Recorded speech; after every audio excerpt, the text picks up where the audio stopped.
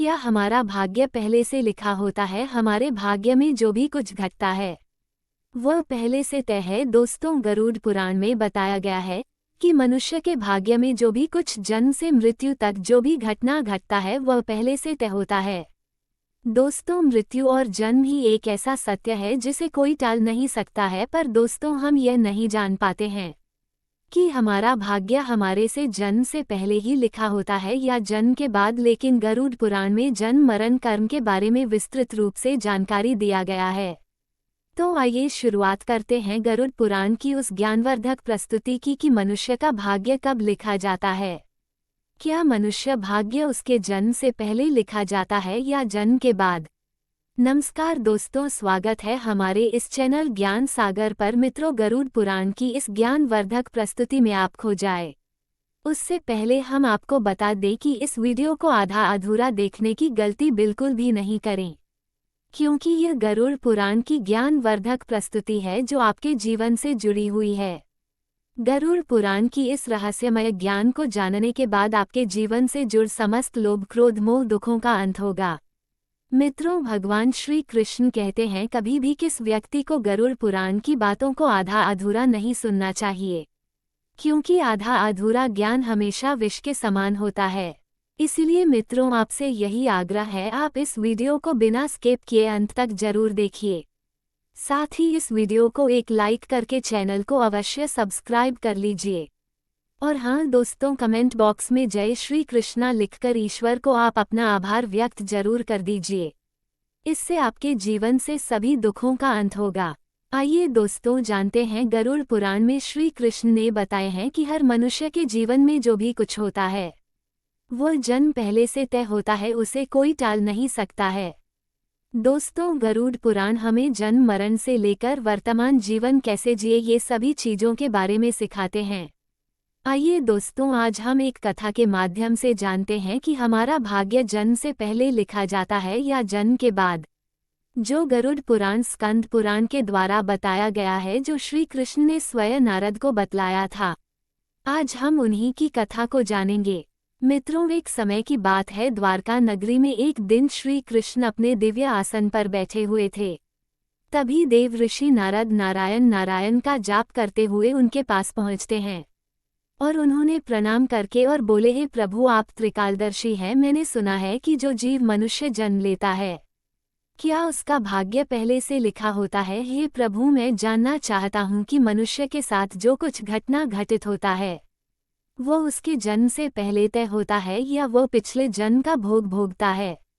क्या ये सत्य है या हम अपनी मेहनत और कर्मों से उसे बदल सकते हैं? फिर भगवान श्री कृष्ण नारद की बात सुनकर मुस्कुराए और बोले, हे नारद, आपका ये प्रश्न बहुत ही गुणी और महत्वपूर्ण है, जो मानव जाति लिए उसके जन्म कर्म और मृत्यु पर आधारित है। फिर कृष्ण बोले, हे नारद, मैं तुम्हें एक कथा सुनाता हूँ जो न तुम्हारे इस प्रश्न उत्तर देगी बल्कि हर मनुष्य के लिए एक चेतावनी और प्रेरणा भी होगी। तुम इस कथा को पूरे ध्यान पूर्वक आखिरी तक सुनो। कृष्ण बोले, हे नारद, ये गरुड़ पुराण की कहानी है। जो ये कथा को आधा अधूरा सुनने की गलती करता है उस पर भारी संकट आती है, क्योंकि आधा अधूरा ज्ञान हमेशा विष के समान होता है। कृष्ण बोले, हे नारद, इस कलयुग भरी संसार में जो मनुष्य इस कथा को पूरे ध्यान पूर्वक आखिरी तक सुन लेगा और समझ लेगा, उसका इस संसार से सभी पाप कर्म क्रोध मोह से मुक्ति मिलेगा। फिर नारद बोले, हे प्रभु, मैं उस कथा को पूरे ध्यान पूर्वक आखिरी तक सुनूंगा, आप उस कथा को निश्चित होकर सुनाएं। फिर श्री कृष्ण ने नारद को वह कथा सुनाते हैं। श्री कृष्ण बोले, हे नारद, प्राचीन काल में एक विशाल और समृद्ध राज्य था जिसका नाम अक्षयपुरी था। उस राज्य का शासक राजा रत्नधर था। राजा रत्नधर अत्यंत धर्मात्मा और न्यायप्रिय था। वो सदैव अपने राज्य के प्रजा के कल्याण के लिए काम करता था और धर्म का पालन करता था। उसे भगवान से एक संतान का आशीर्वाद चाहिए था ताकि वह अपने राज्य का कार्यभार किसी योग्य उत्तराधिकारी को सौंप सके। फिर हे नारद, राजा रत्नधर और रानी दोनों ने कई वर्षों तक तपस्या की। इससे भगवान शिव ने प्रसन्न होकर उसे संतान होने का वरदान दिया। फिर एक दिन भगवान शिव के आशीर्वाद से रानी गर्भवती हुई। राजा और रानी अत्यंत प्रसन्न थे, क्योंकि वे चाहते थे कि उनका बेटा महान शासक बने और राज्य को सुख समृद्धि की ओर ले जाए। परंतु जब रानी ने बेटे को जन्म दिया तो वह बच्चा विकलांग और शारीरिक रूप से कमजोर था। उसके शरीर की हड्डियां टूटी हुई थी और वह शारीरिक रूप से सक्षम नहीं था। राजा रत्नधर का दिल टूट गया। उसने भगवान से यह सवाल पूछा कि ऐसा क्यों हुआ। तब राजा रत्नधर ने भगवान श्री कृष्ण से मिलने का निर्णय लिया और उन्हें अपने दुखों को साझा करने के लिए वहां पहुंचे। राजा ने भगवान से पूछा, हे प्रभु, मैंने इतनी तपस्या की, यज्ञ किए, फिर भी मेरे बेटे का जन्म विकलांग क्यों हुआ। मैंने भगवान शिव से आशीर्वाद लिया था, लेकिन ऐसा क्यों हुआ? क्या यह मेरे भाग्य में पहले से लिखा हुआ था? फिर श्री कृष्ण मुस्कुराए और कहा, हे राजा, तुम सही कहते हो कि तुम्हारा पुत्र विकलांग जन्मा है। क्या तुम जानते हो कि तुम्हारे पुत्र का जन्म इस प्रकार क्यों हुआ है? ये तुम्हारे द्वारा किए गए पूर्व जन्मों के कर्मों का फल है। ये तुम्हारे पिछले जन्म के कर्मों का परिणाम है जो तुम्हारे भाग्य में लिखा हुआ था। लेकिन इसका का कारण यह नहीं है कि तुम्हारा भाग्य पहले से निर्धारित था। ये घटना तुम्हारे और तुम्हारे बेटे के कर्मों का फल है जो उसके पिछले जन्मों से जुड़ा हुआ है। राजा ने आश्चर्यचकित होते हुए पूछा, हे प्रभु, क्या भाग्य वास्तव में पहले से लिखा होता है?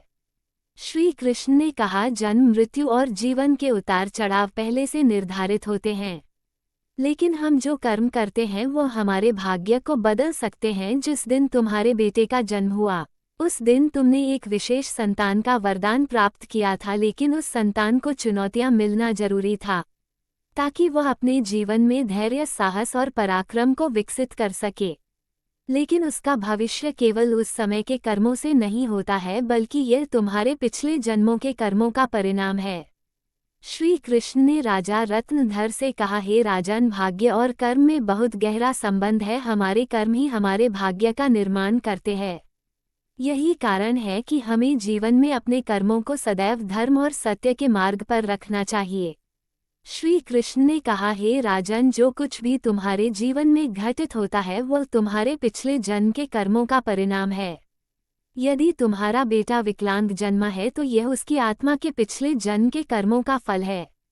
जब तुम एक पुण्य आत्मा के रूप में जन्म लेते हो तो तुम्हारे जीवन में कठिनाइयां और संघर्ष जरूर होंगे, क्योंकि इस दुनिया में हर आत्मा को कुछ ना कुछ कष्ट भोगना पड़ता है ताकि वह अपने पिछले कर्मों को समाप्त कर सके। लेकिन याद रखो, तुम्हारे बेटे के जीवन में जो कठिनाई है वो उसकी परीक्षा है। यदि वह धैर्य और साहस से इन कठिनाइयों का सामना करता है तो वह अपने भाग्य को बदल सकता है। एक दिन वो वही कार्य करेगा जिसकी कल्पना तुमने अपने जीवन में की थी। मित्रों, फिर राजा रत्नधर ने पूछा, हे प्रभु, क्या मैं और मेरे पुत्र अपने भाग्य को बदल सकते हैं? श्री कृष्ण ने उत्तर दिया, बिल्कुल, तुम दोनों ही अपने भाग्य को बदल सकते हो। तुम्हारे बेटे के जन्म के समय जो विकलांगता थी वो उसके कर्मों का फल था, लेकिन उसका भविष्य तुम्हारे अच्छे कर्मों पर निर्भर करता है। यदि तुम उसे साहस, धैर्य और आत्मविश्वास से भर दोगे तो वह अपने भाग्य को बदल सकता है। तुम्हारे अच्छे कर्मों के परिणाम स्वरूप वह एक दिन महान बनेगा और राज्य का भार संभालने में सक्षम होगा। मित्रों, फिर भगवान श्री कृष्ण ने आगे कहा, भाग्य एक चक्र के समान है जो कर्मों के आधार पर घूमता रहता है। जब तुम अच्छे कर्म करते हो तो तुम अपने भाग्य को सुखमय बना सकते हो। फिर आगे श्री कृष्ण से राजा रत्नधर ने कहा, क्या भाग्य निश्चित रूप से पिछले कर्मों से जुड़ा होता है? श्री कृष्ण बोले, हाँ, लेकिन उसे बदलने की शक्ति तुम्हारे हाथों में है। यदि तुम अच्छे कर्म करते हो तो वह तुम्हारे भाग्य को भी सुधार सकते हो। साथ ही भक्ति, साधना और सेवा से भाग्य बदला जा सकता है। भगवान की भक्ति से ईश्वर को प्रसन्न करके हम अपने भाग्य को बदल सकते हैं।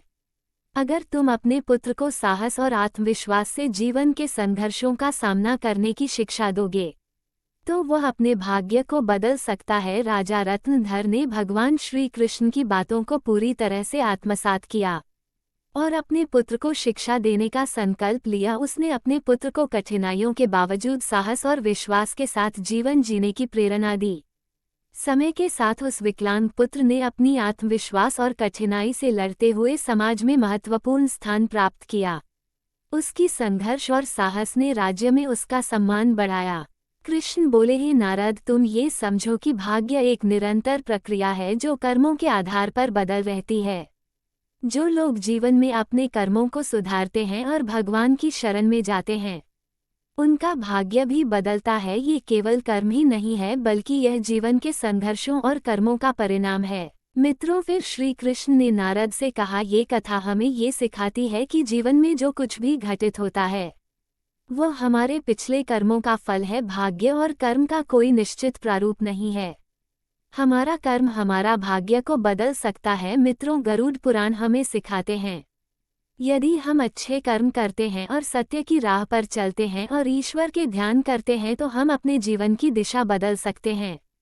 फिर श्री कृष्ण ने नारद से कहा, हे नारद, ये संसार कर्मों का दर्पण है। जो जैसा कर्म करेगा वह वैसा फल भोगे। मनुष्य को ये ध्यान रखना चाहिए कि माता पिता की सेवा, दूसरे की सहायता और ईश्वर का ध्यान ही सबसे बड़ा धर्म है। जो मनुष्य अपने पिछले जन्म में किसी के साथ पाप किया है, किसी को कष्ट दिया है, उसे न केवल नरक में भयानक यातना मिलती है बल्कि वह जन्म जन्मांतर तक उस भोग को भोगता है।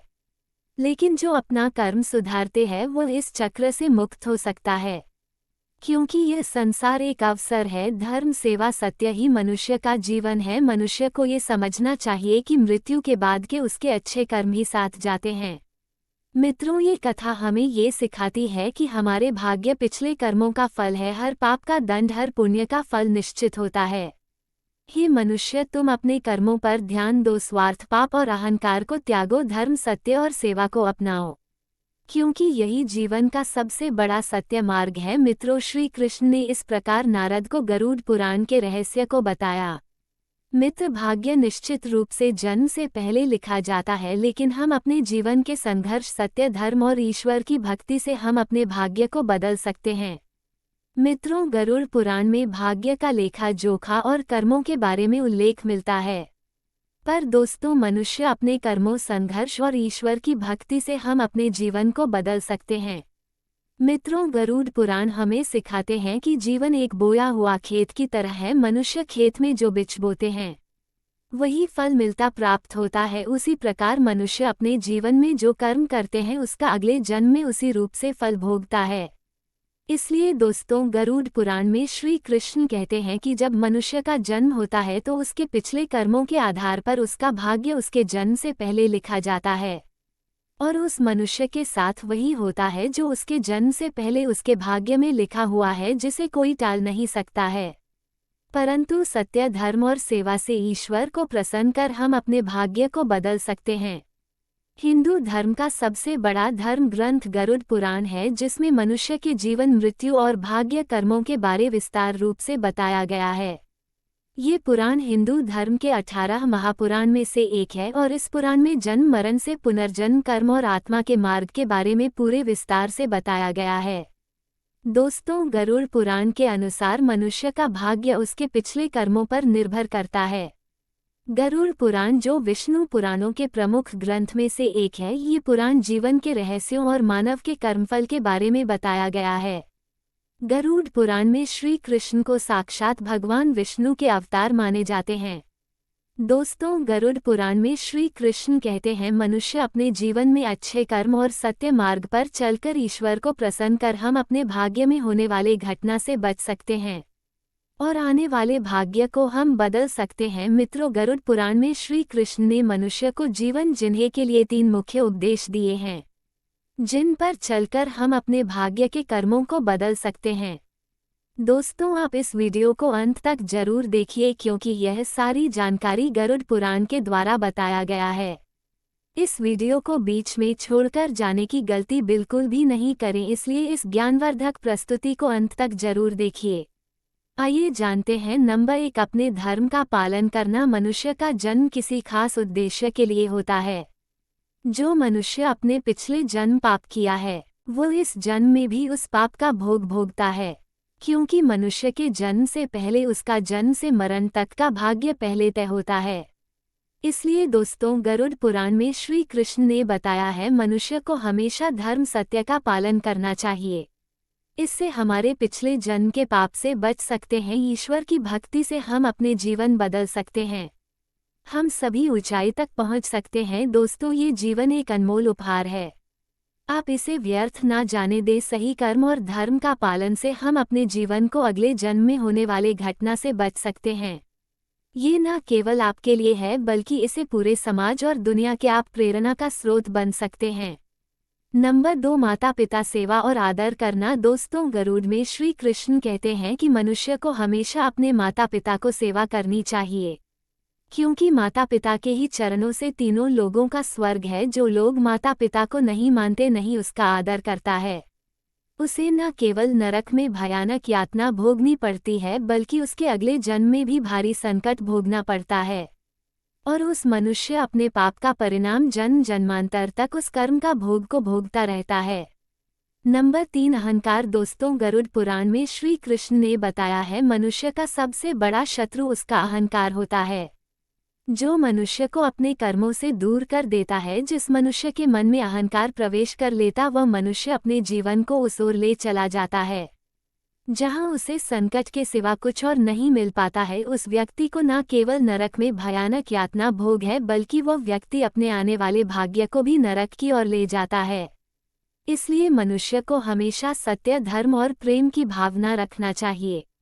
इससे वर्तमान जीवन और आने वाले भाग्य हमेशा खुशहाल रहे। मित्रों, गरुड़ पुराण हमें सिखाता है ये जीवन हमारे कर्मों का फल है। ये ग्रंथ हमें ये समझने की प्रेरणा देता है अपने जीवन से धर्म, सत्य, परोपकार का पालन करना ही सबसे बड़ा कर्तव्य है।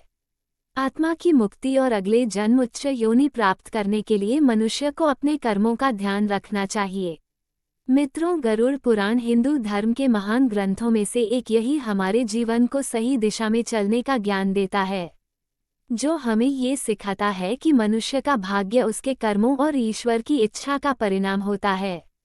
ये ग्रंथ न केवल जीवन और मृत्यु के रहस्यों के बारे में बतलाता है बल्कि यह भी समझाता है कि मनुष्य अपने जीवन को किस प्रकार सही दिशा में ले जा सकता है।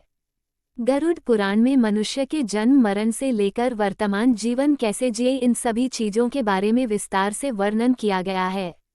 मनुष्य के जीवन से लेकर मृत्यु तक की सार जानकारी इस धर्म ग्रंथ गरुड़ पुराण में बताया गया है।